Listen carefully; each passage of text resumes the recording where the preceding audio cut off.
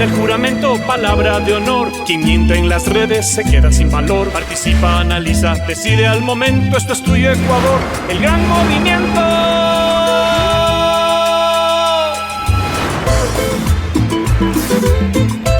Seguimos avanzando con el influencer político y cada día se van incrementando nuestra tribu digital. ¡Qué emoción! Amigos y seguidores, buenas noches. Gracias por compartirnos y por interactuar. Bienvenidos. Les recordamos que este es un espacio de opinión política interactiva, donde predomina el poder de las redes. Ahí está esperándonos Javier Guerrero Casares, nuestro perfecto desconocido. Buenas noches, así es. Soy la voz de los que no tienen voz, el representante de casi 17 millones de ecuatorianos, ciudadanos y ciudadanas aquí. Esa es Javi. Quiero recordarles que este programa es transmitido por Gama Visión, Corporación Canela, Sonorama, Canal 1, Radio Romance de Chone, El Vanguardista Online, Periódico Expectativa, Digital Media y TS Sport. Jorge Elías Escala Zambrano, 55 años de edad, ventanense, político y maestro ecuatoriano. ¿Ya sabe por dónde le entra el agua al coco? Por supuesto. Si lo podemos ponchar ahí en pantalla, claro, para que sepa la gente a lo que me estoy refiriendo. Sí, ¿no? sí, cómo no. Usted dice que necesitamos un gobierno como el agua de coco, puro, transparente y que le guste al pueblo. ¿Usted es del agua del coco que necesitan los ecuatorianos? Por supuesto, como es la inmensa mayoría de ecuatorianos, porque estamos convencidos que queremos cambiar el Ecuador. Y es la hora del pueblo, los de abajo, los que no hemos gobernado, el país, los honestos, los que siempre hemos estado luchando por defender los intereses de la patria, por salud, por educación, para devolverle la esperanza a la gente a tener seguridad, para poder trabajar y vivir sin miedo. Y el pueblo trabajador es honesto, como el agua de coco. Vamos a conocerle dentro de este programa tanto su propuesta política así como su perfil. Así que le invito a ver esa pantalla porque su vida ha estado marcada por la docencia, por el amor. ¿Quién es esta persona que está junto a usted? Mi querida esposa, Belén Jarrín. ¿Cuántos años ya llevan juntos? Ya llevamos 32 años de casado y ayer me dio una linda sorpresa que en pleno recorrido en Ibarra apareció. ¿Cómo ha sido ese camino de la mano? Bueno, nos conocimos, es maestra, nos conocimos también en una asamblea defendiendo los derechos de los maestros y en esa asamblea hubo un incidente, el gobierno siempre impedía que los maestros podamos reunirnos, lanzaron gases lacrimógenos y a la final tuve que rescatar a muchas personas y en especial a mi compañera maestra. Y luego cuando ya ella estaba trabajando, yo era aspirante a ingresar al magisterio, ingresé, me tocó trabajar en San Borondón, nos vimos en el mismo carro y luego muy cerca en el cantón San Borondón, el recinto Bellavista, y luego me enteré que vivía ella en la 8ª etapa y yo en la 7ª etapa de la Alborada, y así el destino nos juntó. Lo que las bullas unen, que nadie los separe, entonces. Así es, lo que hace la lucha y organización popular también. Con ella tendremos la figura de primera dama. Por supuesto que sí, y va a representarlo muy bien. Más que primera dama, va a ser una mujer que responda y está a la altura de las necesidades de cambio que se requiere en el país. ¿Cuáles serían las áreas específicas en las que trabajaría? En la que trabajaría mi esposa, en educación, junto con mi compañera Pacha Terán, en todos los derechos del buen vivir. De tal manera que en eso destaca mi compañera Belén. Jorge Elías, quería comentarte que el personaje que está llegando es Andrés Jaramillo, CEO de Content Manager Ecuador, quien realiza estudios de las redes con Social Alert, una de las herramientas clave de Go Social Suite. Andrés, dentro de la esfera digital, ¿cuál es el número de usuarios que han hablado de Jorge? ¿Qué nos dicen las redes? Mira, Jorge, este es un análisis de un mes, ¿sí? ¿Ya? Estos usuarios no son los seguidores, son las personas que han hablado en algún momento sobre Jorge Escala. Tenemos 1.200 usuarios, 1.900 publicaciones, 13.600 comentarios y 31.700 me gusta. Es, la verdad, una conversación bastante modesta, considerando que eres candidata a la presidencia de la República, pero hay una explicación. Y esta explicación tiene que ver con el número de tu comunidad digital, ¿sí? Estas son las principales cuentas ahora en el Ecuador, TikTok y Facebook. En TikTok tienes apenas 3.248 seguidores y en Facebook, que lo podemos ver acá, apenas 3,800 seguidores. La verdad es que el Javi tiene más amigos que los números que tú tienes ahí. ¿Qué ha pasado con lo digital? Lo que ocurre es que ya no avancé al TikTok. En eso tengo un buen equipo de compañeros, es parte de mi equipo de trabajo y que apenas iniciamos, recién está abierto, no sé si mira la fecha, creo que está un par de meses recién, o antes de la campaña que abrimos esta cuenta. Pero es por un tema generacional. Sí, ya no aprendí a Al manejar TikTok no llegó. No tanto así que cuando aprendí o me estuvieron enseñando, estuve luego moneando para asimilar y practicar lo que me enseñaron. En la noche comencé a monear y subía videos, pero que no sabía ni cómo llegaba. Me llamaban y decían, ¿sabes qué? Borra que eso no corresponde. Y de ahí mejor dejé, no toqué TikTok y lo maneja mi compañera Natalie Vera. Pero sí manejo bien Facebook y manejo bien X ante Twitter. Ahí tengo más, no sé si ustedes han visto. Y tengo mucho más, eso sería bueno que también proyecten. Vamos a ir viendo más adelante. Y hablando de redes sociales, esperamos sus valiosos comentarios a través de todas nuestras redes, @influencerpols, tal como lo pueden observar dentro de la pantalla. Alondra Enríquez y Cristóbal Buendía, nuestros analistas de esta noche, ya se encuentran ubicados para ayudarnos a entender las propuestas de Jorge Elías Escala, candidato presidencial de la organización política Unidad Popular, al volver del corte comercial. El influencer se mete en tu mente. El influencer se convierte en referente.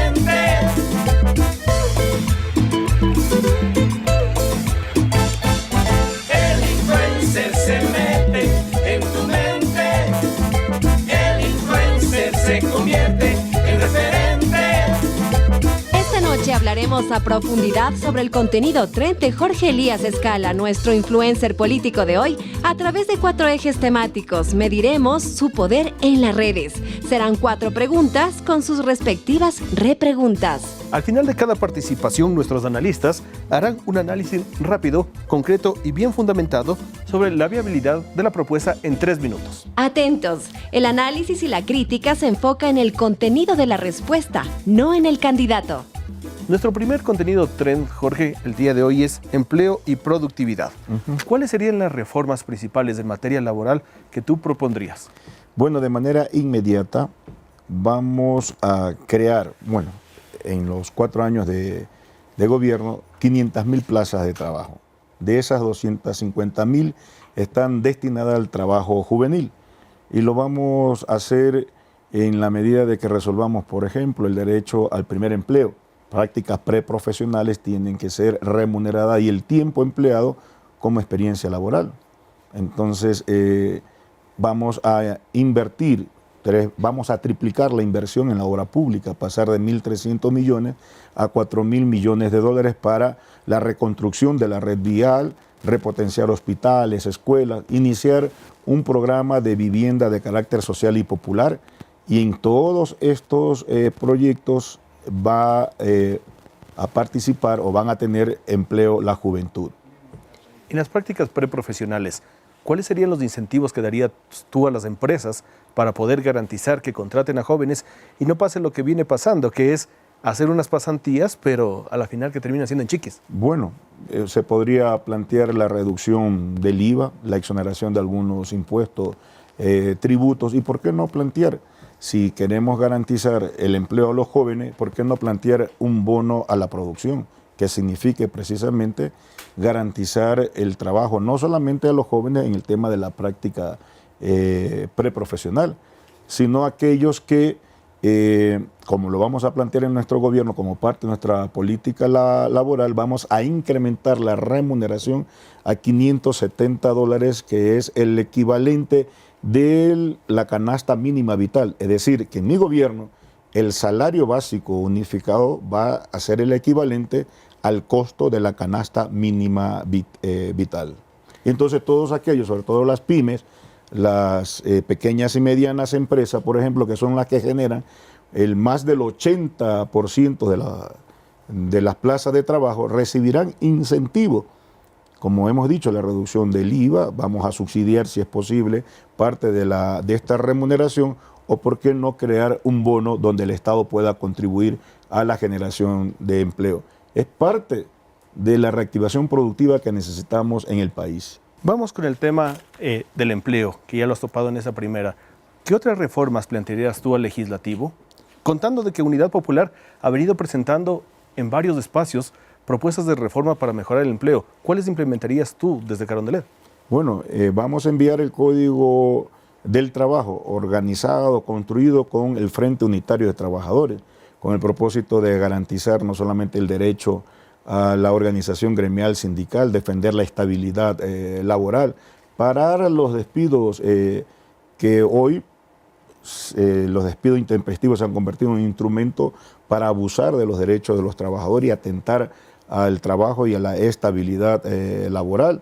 Vamos con mi compañero Andrés Quispe, candidato a la Asamblea Nacional y actual presidente de la UNE, a plantear reformas como, por ejemplo, duplicar el porcentaje de que las empresas tengan o que tienen como obligación de contratar a jóvenes. Hoy es del 10%, ¿por qué no plantear al 20%? Eso significa emplear alrededor de 50.000 nuevos empleos, 50.000 nuevos trabajadores o nuevas fuentes de trabajo. De tal manera que ahí estaríamos generando el trabajo, el empleo que necesitan nuestros jóvenes que hoy están desamparados. Jorge, vamos con materia económica. Habla sobre reducir el IVA al 10% para mejorar el consumo y la productividad. A la vez, nos decías en la respuesta anterior que 4.000 millones de dólares le invertirías a obra pública. Si es que no tenemos mayores tributos, ¿cómo lograr tener mayor presupuesto dentro del Estado para poder derivarlas a esos temas que son fundamentales, como lo has dicho? A ver, reactivar la economía significa devolverle la capacidad de compra a los hogares ecuatorianos. Reducir del 15 al 10% implica que los hogares ecuatorianos van a poder tener la posibilidad de comprar el uniforme, de comprar los víveres, el producto para la alimentación en las casas, la ropa que necesitan las familias ecuatorianas. Y eso significa incentivar el consumo, proteger el comercio, el negocio, la gente va a poder vender más. Implica 2.000 millones de dólares que le vas a poner a la economía, vas a dinamizar la economía. Y cuando se incentiva el consumo, ¿verdad? Las tiendas, el comercio, los emprendedores venden más, también va a haber una mejor recaudación de tributos, de impuestos. De tal manera que es una propuesta que va a reactivar la economía en el país, a dinamizar la economía y le va a dar un respiro, un alivio frente a la crisis económica por la que estamos atravesando, que la ha profundizado Daniel Noboa, con el incremento del IVA al 15%, el incrementar también el precio de los combustibles. Esta es una opción que con urgencia necesitamos implementar y que yo la aplicaré. Alondra Enríquez, socióloga, consultora político digital y gerente de Expert Services Golden Social Media, y Cristóbal Buendía, reconocido jurista ecuatoriano, son nuestros expertos el día de hoy. Bienvenidos, tienen 3 minutos para su interacción. Corre el cronómetro, por favor. Muy buenas tardes, querido Jorge. Para nosotros es un placer compartir con usted esta tarde. Creo que parte de los temas más importantes de su propuesta de empleabilidad es obviamente la que está enfocada en los jóvenes. Sin embargo, hay que reconocer que el sector empresarial ha sufrido un golpe duro desde la pandemia y también, producto de los apagones, hay pérdidas millonarias en ese sector. ¿Cómo garantizaría usted que la efectividad del empleo joven estaría cubierto por el sector privado, considerando que además en su propuesta de gobierno se incluye beneficios de seguridad social, entre otros, con este efecto duro que ha tenido que enfrentar el sector privado a propósito del efecto post-pandemia y de la consecuencia de los apagones en pérdidas de productividad? A ver, está demostrado que los que generan el 80% de la plaza de trabajo no es la gran empresa, no es la gran industria del Jorge, sector. solamente por el tema del cronómetro vamos a acabar con las preguntas y ahí sí te damos tu tiempo para la respuesta. Vamos con pregúntate las preguntas. Saludándolo, candidato, deseándole la mejor de las suertes en esta campaña. Usted ha planteado dos temas que me han llamado poderosamente la atención. Lo primero, 500.000 plazas de trabajo en 4 años, alrededor de 125.000 plazas por año. Y ha hecho especial énfasis en que se va a enfocar en el tema del empleo juvenil. Ha planteado incentivos de carácter tributario para quienes efectivamente hagan estas contrataciones. No obstante, que eso implica obviamente recursos públicos, ¿no es verdad?, para justamente acompañar estas decisiones privadas de contratación juvenil. Y adicionalmente se ha planteado, por ejemplo, un salario básico unificado de $570, me imagino también progresivamente en 4 años. Quisiéramos una precisión en este sentido. ¿Cuándo va a llegar el salario a 570? ¿Una vez que inicie su mandato o al finalizar su mandato? Y creo que es importante que planteemos si es que existe o no una contradicción. Si es que hablo de mayor inversión pública para generar empleo, por ejemplo, en los temas de vialidad, hospitales y vivienda, y por tanto un mayor esfuerzo presupuestario, vuelvo y repito, para los temas de subsidios también, que implica también si es que, o cómo se financiaría eso, si es que hablamos de una reducción de ingresos de alrededor de 3 puntos, estamos hablando de alrededor de $1.200 millones del presupuesto por la reducción de los 3 puntos del IVA. Creo que ahí quisiéramos tener una precisión. Jorge, tienes 2 minutos para responder. Bueno, está claro que quienes generan el 80% de los plazas de trabajo no es la gran industria, sino los pequeños y medianos emprendimientos.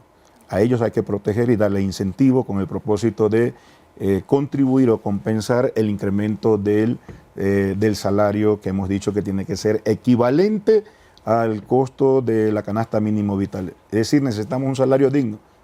Cumplir con la Constitución que así lo establece. No va a haber pérdida, sino mientras se incentiva el consumo, se dinamiza la economía, va a haber mejor recaudación con el propósito de que se le pueda también garantizar al Estado ecuatoriano el sostenimiento de la economía, de su presupuesto general del Estado. De tal manera que no va a haber pérdida para el presupuesto general del Estado, sino mayor y mejor recaudación.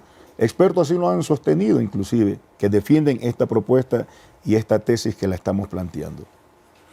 Jorge Elías, como buen pedagogo que eres, ¿sabes que a través del juego se puede descubrir con mayor facilidad la manera de pensar de los demás? Nosotros queremos invitarte a jugar. ¿Ves ese fajo de cartas que se muestra ahora en pantalla? Ya. Elige una, por favor. Y La dinos 2. qué te dice esa imagen. La número 2. Javi, por favor, descríbenos la imagen que sale en Número 2. pantalla. Y vemos aguas contaminadas, inundaciones. Sí, pobreza también. Bueno, hay que contribuir con los gobiernos autónomos descentralizados en la limpieza de canales, con el propósito de evitar la concentración de agua, el desborde de ríos. Nos comprometemos a esa tarea. ¿Cuál es tu política de infraestructura para la prevención de este tipo de desastres? Bueno, inyectarle recursos a los gobiernos autónomos descentralizados para que puedan atender este problema que afecta enormemente a la población, sobre todo a los más pobres, cuando hay inundaciones. Ahora, Jorge, te invito a hablar de nuestro segundo trend, que es el tema de seguridad. ¿Cuáles son los métodos que tú estás proponiendo en este momento e implementarías para combatir a las bandas criminales? Apenas me posesione en Carondelet, firmaré el primer decreto dando de baja a los narcos generales, tanto de Fuerzas Armadas y Policía. ¿Lo tienes identificado ya? Por supuesto, con nombres y apellidos en este momento no, pero sí están. Por ejemplo, en Metástasis, Purga, León de Troya.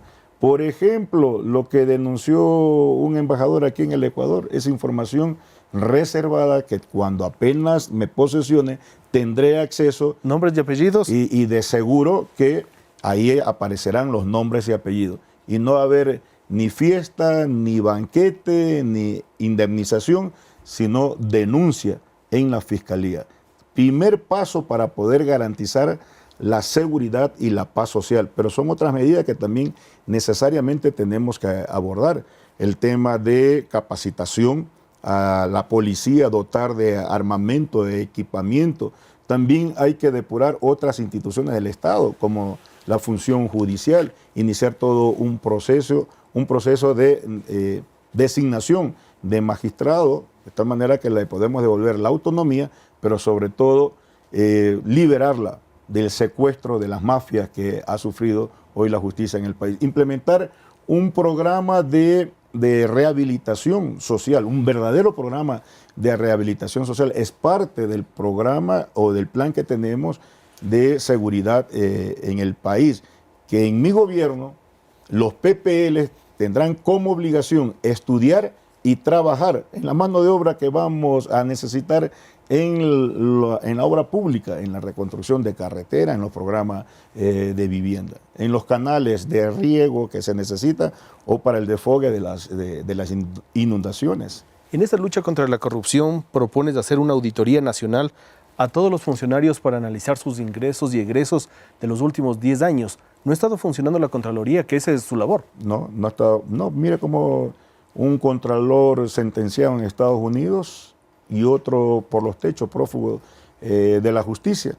Y la UAF y todas esas instituciones tienen que ser replanteadas, reformuladas con el propósito de que tengan una eficacia en las auditorías para detectar este incremento injustificado de sus bienes. Y aquellos que no logren justificar, como ya ha dicho la prensa en los medios de comunicación, ahí sí han dado nombres y apellidos de altos generales, de la alta oficialidad, que hasta ahora no hay resultado. Si en mi gobierno no lo justifican, de manera inmediata tomaremos medidas, no solamente dándole de baja, tendrán que ir a la fiscalía y rendir cuentas. Jorge, tú hablas de que ha metido la mano la derecha en ese tema del narcotráfico, en el tema de la corrupción, la mafia política, pero estos gobiernos que se hacen llamar progresistas, ¿tú estás seguro de que están libres de pecado? Bueno, hasta ahora no he cometido ningún pecado, ni nada de lo que me arrepienta hasta ahora en mi vida. He actuado siempre con honestidad, con transparencia. No tienen de qué señalarme al profe Escala, que no sea de entregar toda mi vida a la formación de la niñez y de la juventud, de hacer patria en los campos y ciudades. Ahí me inicié, en el sector rural, trabajando con los 7 grados. Es decir, hemos dado ejemplo de honestidad, de transparencia, de descubrir y transformar sueños, de apostarle al progreso y desarrollo de los pueblos a través de la educación, de formar a la niñez y la juventud.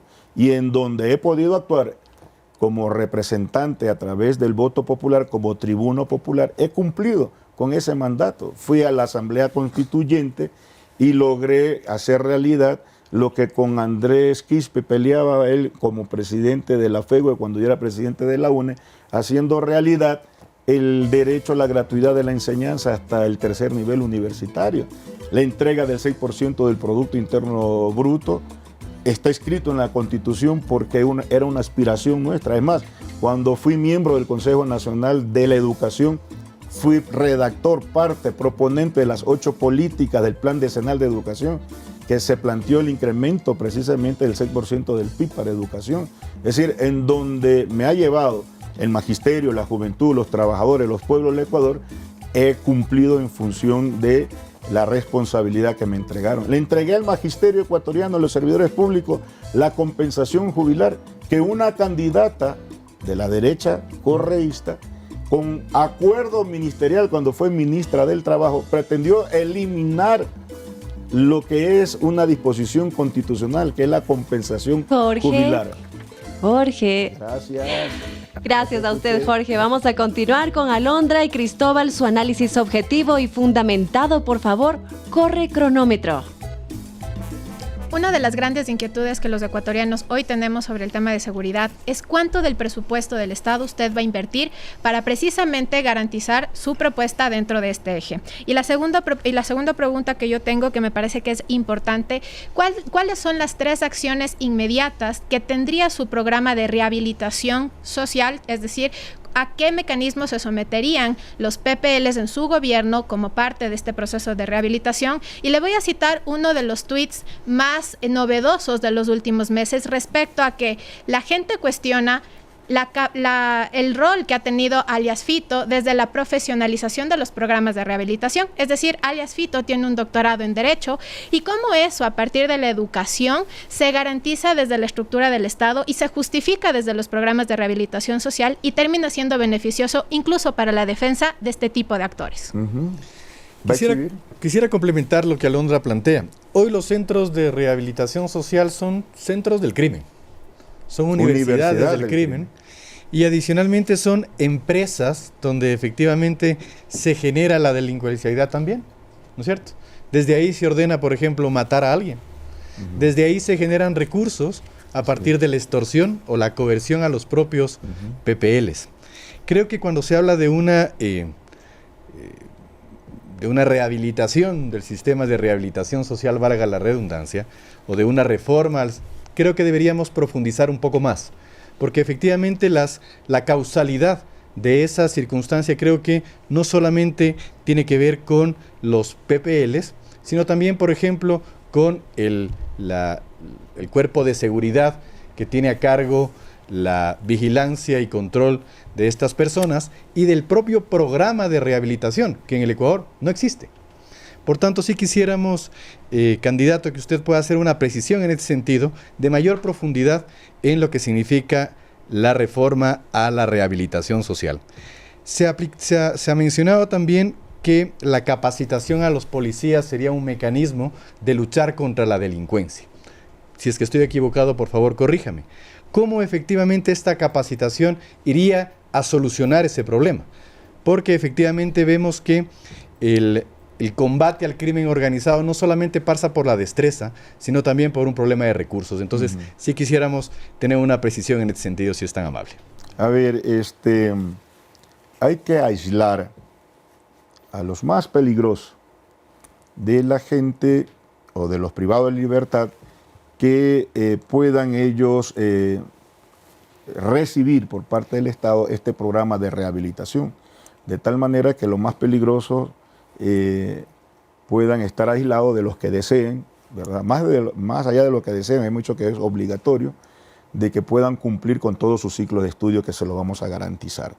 No solamente los capos, los grandes dirigentes, sino aquellos que el Estado les excluyó, les negó ese derecho y por eso están pagando su privación de la libertad. Entonces vamos a entregarle en ese sentido la formación o el ciclo de estudio en todos los niveles, ¿verdad? Hay que fortalecer los talleres que antes existían en las cárceles del país. Yo mismo, cuando visité a un maestro que fue privado de la libertad, compré un mimeógrafo de esos a mano con espátula para hacer mis pruebas. Y usted iba y encontraba gente que se dedicaba a este tipo de actividades. Entonces ahí usted puede encontrar una manera de cómo se le puede garantizar el derecho a la educación, a los PPL, para garantizar también seguridad en la misma cárcel, recuperar el control de las cárceles. Hay que rotar al personal de policías o militares que contribuyan a esta tarea. Hay que duplicar el presupuesto que está destinado para lograr una real rehabilitación, precisamente para dejar de ser la universidad del delito. Es decir, con un gobierno patriótico y popular como el que estamos planteando nosotros, podemos enfrentar estos problemas que necesitamos darle salida y solución para garantizar seguridad en todos los sentidos al país, a las familias ecuatorianas. Jorge, continuamos conociendo tu perfil y sabemos que tu vida política ha estado llena de pasión, llena de adrenalina. En una imagen que podemos ver aquí atrás tenemos las protestas del año 2022. Y bajo ese contexto conocemos que recibiste una llamada en donde se te notificaba que estabas acusado e investigado del delito de paralización de servicios públicos. ¿Qué significó todo esto en tu vida? Bueno, poner en riesgo lo más preciado que tenemos como ser humano, la libertad. Y la libertad por el único delito de defender los derechos de la educación, del magisterio, de la juventud, de los trabajadores, de defender los intereses de la patria. En ese momento era parte de la huelga de hambre, la segunda huelga de hambre que hacíamos los maestros, la que me preguntas ahora, y tuvimos que cerrar la vía porque el presidente Lasso no quería escuchar a los maestros. Yo no dirigía la UNE, dirigía a mi compañero Andrés Quispe con Isabel Vargas, pero yo no era dirigente, pero como un maestro más estaba al frente, contribuyendo en la organización y dirección de la UNE. Recibí una llamada por parte de la Policía Judicial, que ahí sí es diligente, y aspiramos que también sean tan diligentes ahora para impedir el acto de asumir la presidencia a alguien que ha sido nombrado a dedo. Bueno, entonces me llamaron a decir que me iban a localizar y que me iban a privar de la libertad, y en esas condiciones a comparecer, y hasta que se resuelva la investigación me privaban de la libertad por el único derecho de luchar por la equiparación salarial de magisterio, que al final de cuentas la logramos y hoy se benefician todos los maestros del país. En esta sociedad que es tan polarizada, ¿qué piensas y qué sientes tú cuando se te cataloga y sobre todo se te sataniza como comunista? Bueno, miren, los comunistas son seres humanos que tienen ideales, de tal manera que no hay que estigmatizar a las personas, hay que respetar sus principios, sus convicciones. Creemos que los hombres y mujeres de izquierda revolucionaria son las personas más sencillas, más humildes, solidarias, porque ponen inclusive su vida, ¿verdad? Entregan su vida, ¿verdad?, a luchar por una noble causa, por la liberación de los pueblos, que significa dotarle de salud, educación, de lo que le niega el sistema capitalista. ¿Estás seguro que es la hora del pueblo? Por supuesto, porque lo que hoy estamos viviendo son las consecuencias de aquellos que nos gobernaron. ¿Qué tenemos? Desesperanza, pobreza, corrupción, apagones, alto costo de la vida, migración. ¿Y quiénes son los responsables? Noboa y Correa. Por eso es que decimos que ha llegado la hora del pueblo. Ni Noboa ni Correa. Es la hora de lo nuevo, es la hora del cambio, de los hombres y mujeres que siempre hemos defendido los intereses de la patria, por la que nos han perseguido, por las que nos han privado en su momento hasta de libertad. Yo terminé como con 11 juicios políticos, 11 juicios y persecuciones cuando fui presidente de la UNE del Guayas, precisamente por luchar por la educación pública. Mire a qué situación nos arriesgamos por defender los intereses de la educación de todos. Entonces, eso, Javier. Jorge, y señores en general, este es el momento para conocer cuál es el sentimiento generado en los posts de Jorge Escala. Andrés Jaramillo, CEO de Content Manager Ecuador, cuéntanos qué es lo que nos dicen las redes. Bueno, hay un sentimiento en el mismo periodo, Jorge, del 63.85% de negativo, 6.7% de positivo y 29.45% de neutro. Generalmente nosotros solemos enfocar el análisis en los positivos y los negativos, excepto esta vez, porque nos ha llamado mucho la atención el porcentaje del sentimiento neutro, que es generalmente las noticias titulares que los medios de comunicación suelen hacer por el candidato. Y fíjate que fue por esta publicación que tú la debes reconocer, la denuncia que se presentó en contra de las principales autoridades de Carondelet para impedir o tratar de impedir la rogación de funciones. Nos llama la atención, sin embargo, lo que se incluye en el pedido, que la policía entre a Carondelet pateando la puerta y que efectivamente se oponga a esa rogación de funciones. ¿En serio creen que eso va a pasar? ¿O más bien fue una estrategia para aprovechar la coyuntura y tener más visibilidad mediática? No, la ausencia temporal, Andrés, la declara la Asamblea Nacional. Y aquí está un asesor parlamentario que fue, cuando también tuve la oportunidad de ser luego de asambleísta, asesor parlamentario. Esa es una atribución del primer poder del Estado, que no puede bajo ningún concepto Daniel Noboa asumirla. Estamos frente a un personaje, un aprendiz de dictador. Entonces la Constitución y la ley faculta a cualquier ciudadano, y ahora en mi condición de candidato a la presidencia de la República, presentar una denuncia frente a ese abuso y atropello a la Constitución. Permitir eso es un atentado a la democracia. Además, que no solamente le corresponde esa facultad a la Asamblea Nacional, también la Asamblea Nacional es la que otorga la licencia, no él por sí solo. Entonces es evidente que nadie puede soportar ese tipo de abuso. Alguien tiene o tenía que salir a denunciar, y no es que lo hemos hecho ahora, siempre cuando se ha pisoteado la Constitución y se ha vulnerado la ley, o se ha vulnerado derechos de la gente, lo hemos hecho, no solamente ahora. Al regresar, migración, educación y salud con Jorge Elías Escala, candidato por el Movimiento Unidad Popular.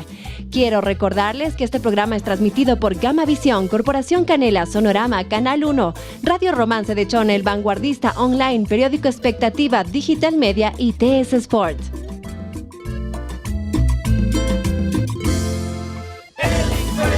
Se mete en tu mente, el influencer se convierte en referente.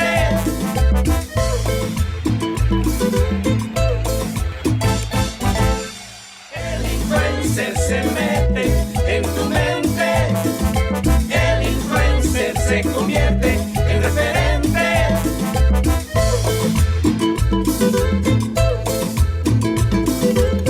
Llegamos al tercer contenido Trend con Jorge Escala, candidato a la presidencia por Unidad Popular. Al final de su intervención, nuestros expertos en 3 minutos aterrizarán la viabilidad de la propuesta. Jorge, rápidamente entramos con la pregunta de cajón. Somos la segunda nacionalidad en cruzar la selva del Darién. ¿Cuáles son tus políticas migratorias para que esos ciudadanos puedan regresar o en su caso no irse?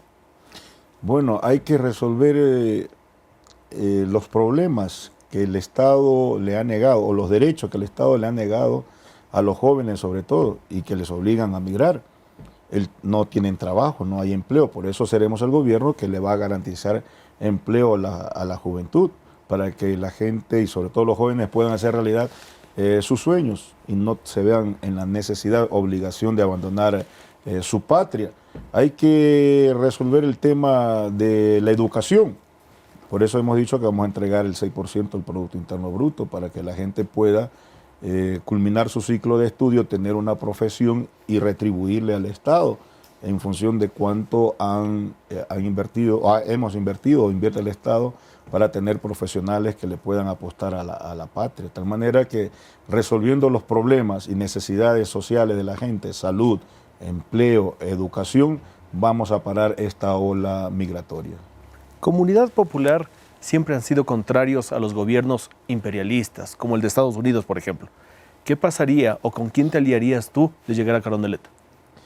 Bueno, nosotros haríamos acuerdos bilaterales en función de respeto común, en función de intercambiar, por ejemplo, tecnología, pero jamás en función de someternos a los intereses de potencias extranjeras. De tal manera que seremos un país que respete la autodeterminación de los pueblos y también respeten la autodeterminación de los pueblos del Ecuador.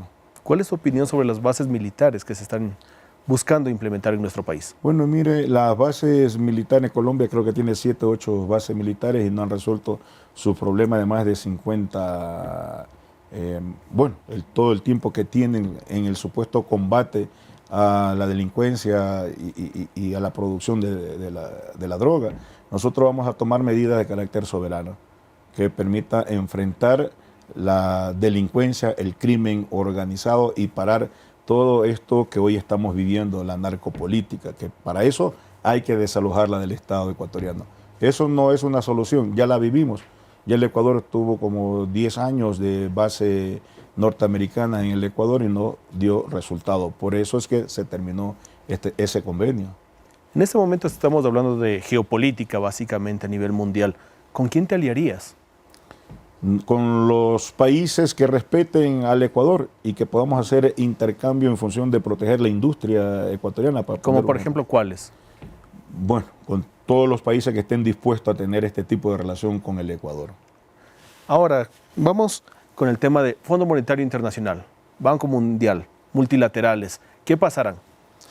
Le vamos a pedir a ellos, vamos a conversar y vamos a negociar, a decirle que somos el segundo país con mayor índice de desnutrición infantil, desempleo, alto costo de la vida, crisis energética, y que por lo tanto se nos muere la gente en los hospitales porque no se invierte en la salud, porque no hay medicina.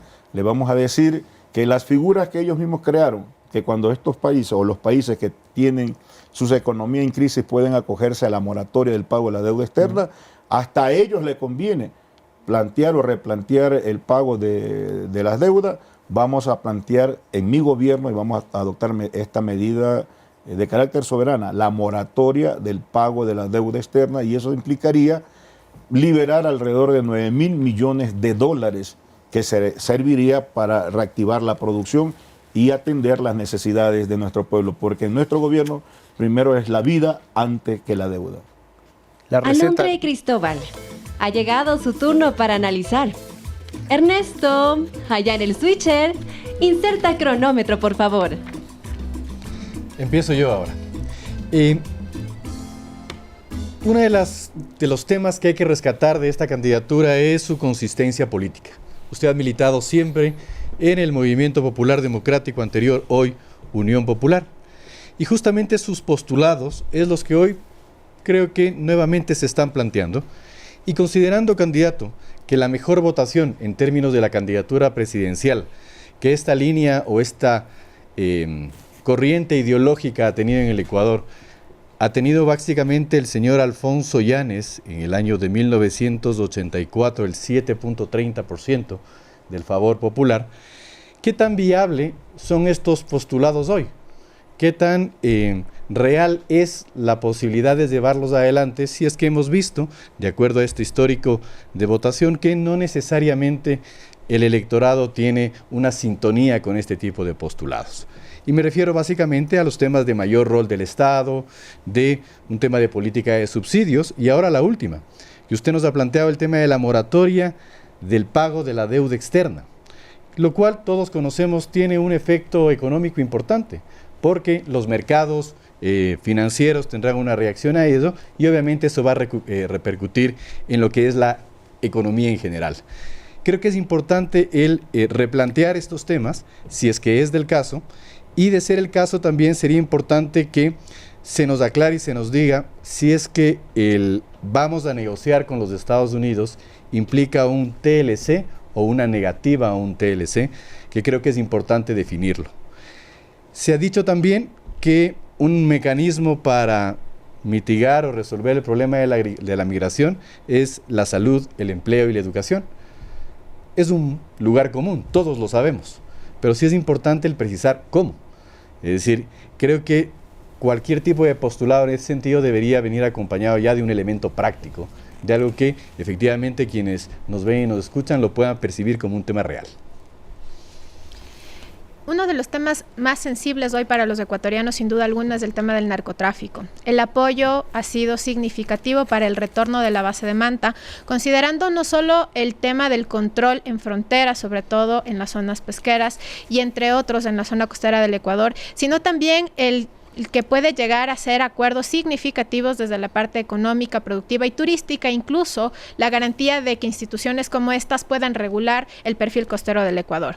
Ante esta aceptación de la ciudadanía que se ha expresado abiertamente en redes sociales, ¿cómo usted piensa que va a lograr coercionar una narrativa que le permita que su postura logre tener adeptos ante una posible no negociación en esa línea? Lo segundo, y en lo que coincido plenamente, es que la política social no es suficiente para detener el margen migratorio que hoy tenemos en América Latina. ¿Cuáles serían los acuerdos comerciales, económicos y sociales a los que usted podría llegar en acuerdos con otros países para garantizar que los beneficios colectivos dentro del Ecuador también puedan ser un acuerdo programático en la región? Bueno, nosotros sostenemos de que es viable, es posible de llegar a acuerdos con muchos países en la medida de que estos acuerdos no sean de sometimiento ni afectación a la soberanía, sino de respeto mutuo. Y como hemos dicho, intercambio de tecnología, como para poner el ejemplo también el tema de la capacitación a la policía, el tema de resguardo a frontera, la protección en el área marítima. Entonces es posible llegar a acuerdos de esta naturaleza sin afectar los intereses de nuestro país.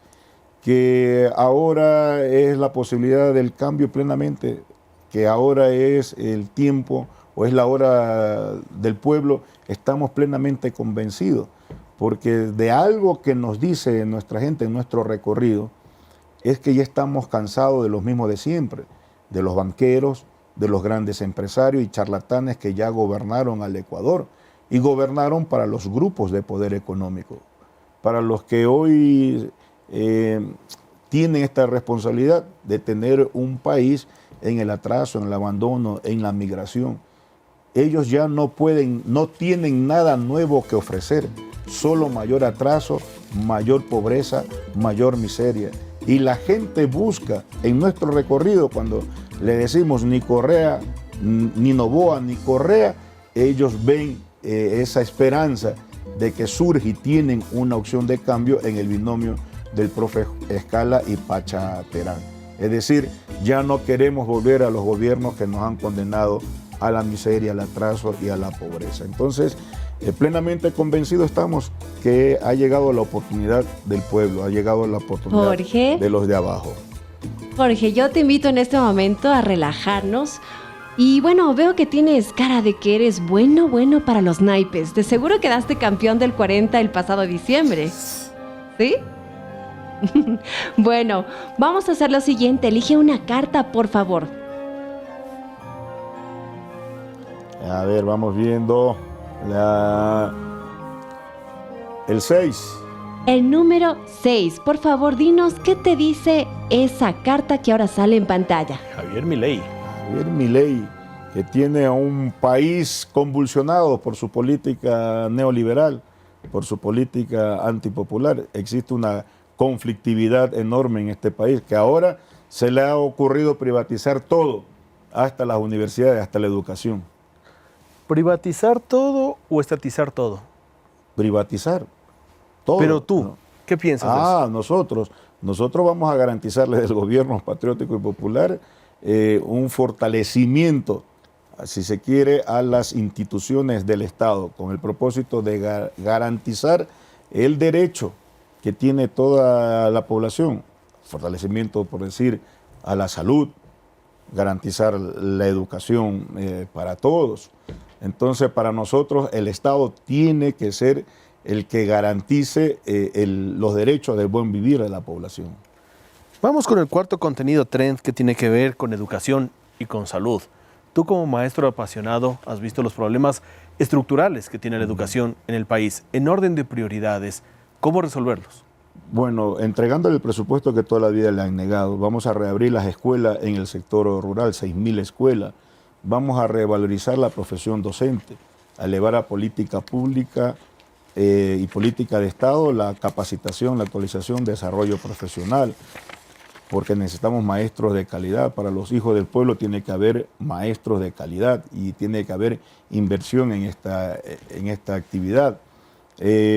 Vamos a plantear el plan de reinserción escolar para recuperar a nuestros niños que hoy son víctimas del reclutamiento de las bandas delincuenciales. Vamos a entregarles el nombramiento definitivo a los maestros que laboran bajo contrato o nombramiento provisional para terminar con la precarización laboral. Vamos a construir de manera participativa el currículo nacional, que es el proyecto de nación, de país que tenemos en educación, porque todo lo que ha existido ahora es una imposición, copia de otros países donde los protagonistas de los cambios en la educación hemos estado al margen. De tal manera que vamos a construir un nuevo currículo en materia educativa. Vamos a devolver, a restablecer la educación técnica y a fortalecerla. De tal manera que habrá cambios significativos, porque plenamente estamos convencidos que la educación es el instrumento de progreso y desarrollo de los pueblos. Jorge, tú dices el gobierno de la educación como un eslogan utilizado para precisamente enfrentar lo que está pasando en este momento en el país. ¿Cómo acercar esa educación a los sectores más vulnerables? ¿Cómo cambiar libros por balas? Bueno, invirtiendo en el sistema educativo, entregándole el presupuesto para la educación.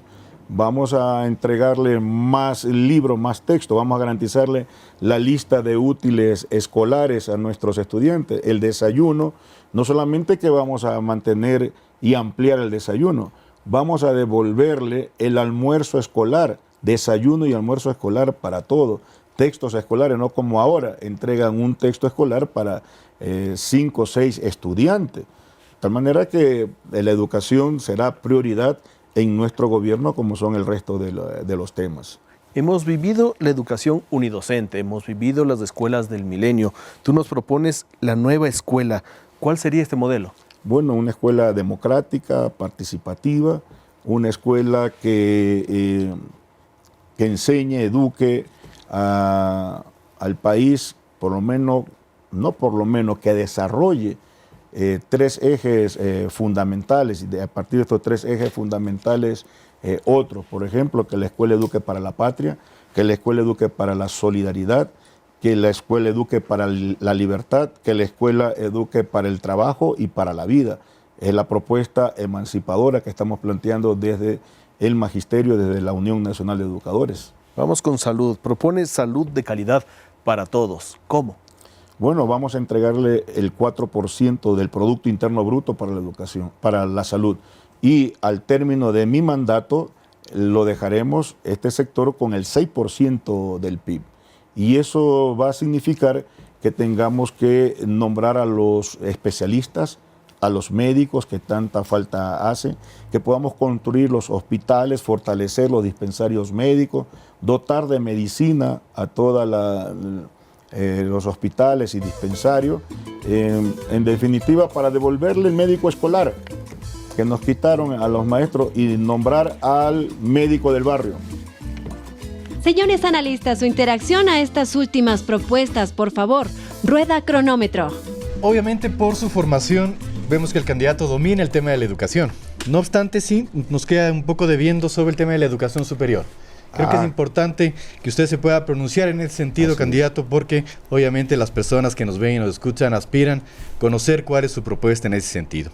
Adicionalmente, se ha planteado como un indicador presupuestal el tema del PIB como referencial al 6% para la entrega a la educación. No obstante, creo que es importante recordar y considerar que, por ejemplo, en el año 2024, ese PIB decreció en un 2.2%. Eso significaría entonces también una reducción en términos presupuestarios para el sector de la educación. Creo que es importante que usted pueda hacer un planteamiento en este sentido o una aclaración en este sentido. Adicionalmente, se ha planteado 6.000 escuelas. Creo que es importante manejar bien el tema de la data o de los números, principalmente para dar certezas cuando esto se pueda realizar. 6.000 escuelas, ¿en qué tiempo? ¿Cuánto nos va a costar? Y a partir de cuándo lo va a realizar, candidato. Una de las grandes deudas de los gobiernos de los últimos 12 años ha sido precisamente el sector de la educación. El gobierno de Daniel Noboa ha invertido $401 millones en este sector, es decir, el 21% del presupuesto planificado para este gobierno. ¿Cuánto será el porcentaje que su gobierno invertiría y cómo sería la planificación de inversión en los próximos 4 años? Y a partir de eso, ¿cómo manejará usted uno de los temas más importantes, que es el tema de la profesionalización docente? Hoy los docentes exigen cada vez más también tener alternativas para mejorar sus conocimientos. La inteligencia artificial, los nuevos modelos de negocio y otros desafíos globales están siendo necesarios dentro del sistema de educación pública. ¿Cómo usted plantea que estas reformas a la profesionalización de los docentes se vayan incorporando en el modelo ecuatoriano en el tema educación? A ver, vamos a entregar el presupuesto que toda la vida le han recortado a la universidad. Entre el 2014 y hasta ahora, las universidades han sufrido un recorte de alrededor de $800 millones.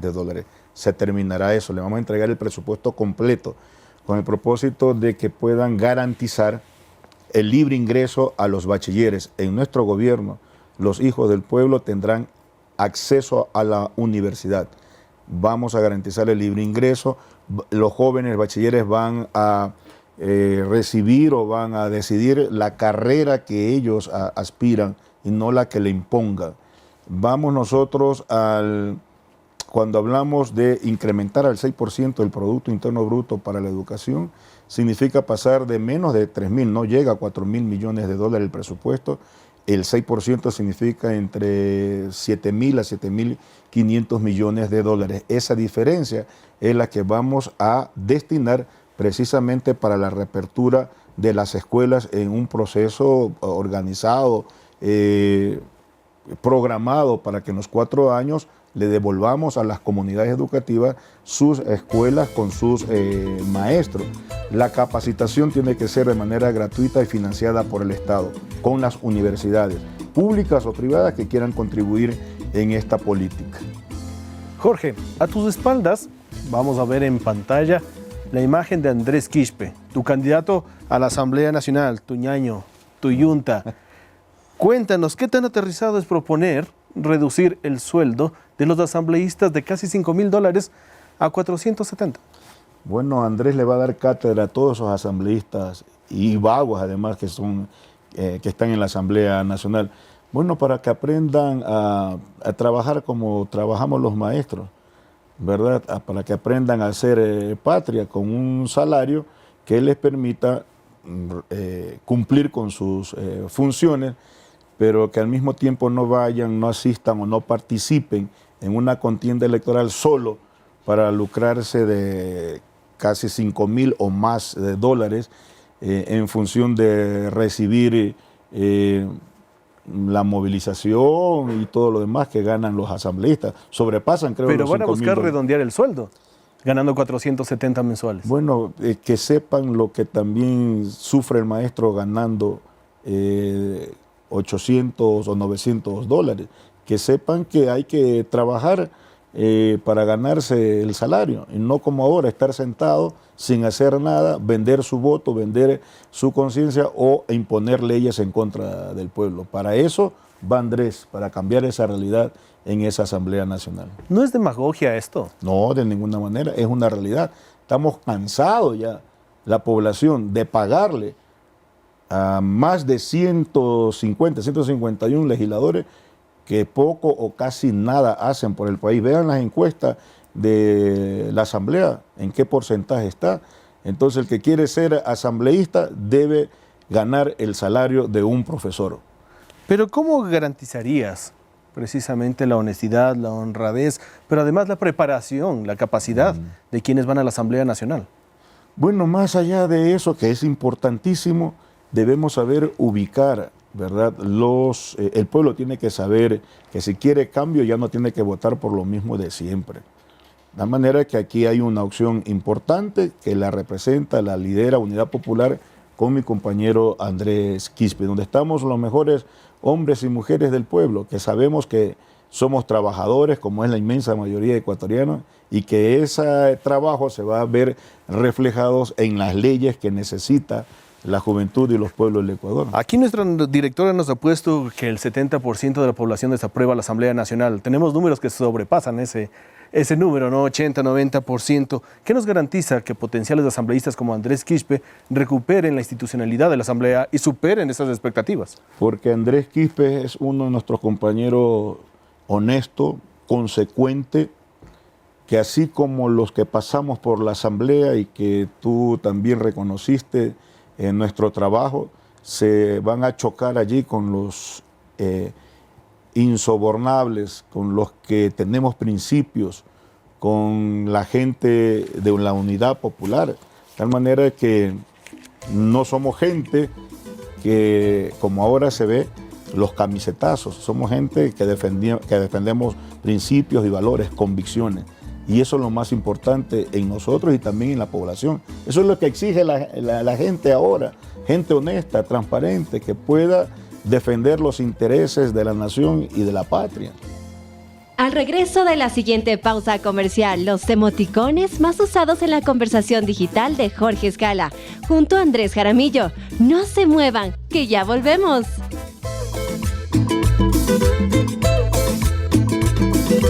El influencer se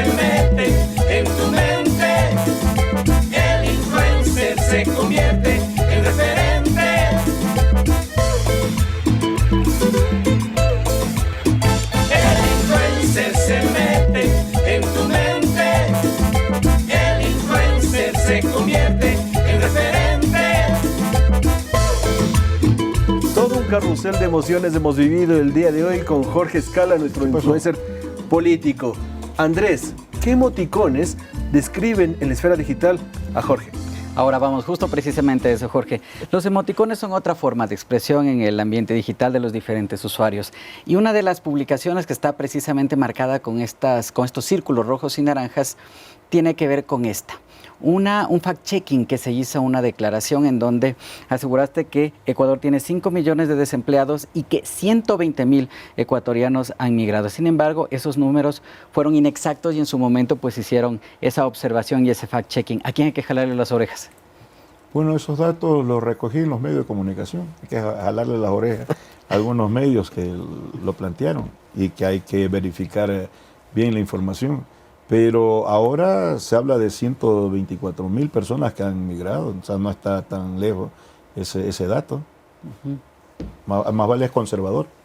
Todos estos datos se los puede verificar en la plataforma www.goldensocialsuite.com. Hablamos de métricas inalienables que garantizan la objetividad de la herramienta. Jorge, llegamos al momento más emblemático de este programa. Te invito a que te pares justo debajo de donde dice el influencer político, ¿ya? Porque viene el juramento de rigor por parte de La Voz. Jorge Elías Escala Zambrano, juras en nombre de Facebook, X, Instagram, TikTok y por la patria misma que tu propuesta de campaña será cumplida conforme a lo dicho aquí y en cada uno de tus posts. ¿Juras? Sí, juro. Que te escuche sí, todo juro. el Ecuador. Juro ante el pueblo. ¿Estás listo para la imposición? Por supuesto. De ser así, que el pueblo ecuatoriano y todo el metaverso te premie con su confianza. Caso contrario, que las redes te funen con la dureza implacable del poder del algoritmo y te bloqueen. Hashtag el influencer, hashtag mi poder en las redes, hashtag de aquí nadie me salva. Jorge, muchísimas gracias por tu participación. No, a ti, Javier, muchas Tus gracias. últimas impresiones. Bueno, agradecerle por esta invitación que tiene un público juvenil, entiendo, y que busca una opción, una alternativa, y que esa alternativa está en Unidad Popular, en los hombres y mujeres del pueblo, los que queremos transformar el país. Gracias y le felicito por este excelente programa. Muchísimas gracias. Bien. Gracias a nuestros analistas Alondra y Cristóbal por su participación y por haber evidenciado el poder de las redes dentro del marketing político digital. Les invitamos a que nos sigan en nuestras redes y recuerden que este programa es transmitido en Gama Visión, Corporación Canela, Sonorama, Canal 1, Radio Romance de Chon, El Vanguardista Online, Periódico Expectativa, Digital Media y TS Sport. Hasta la próxima.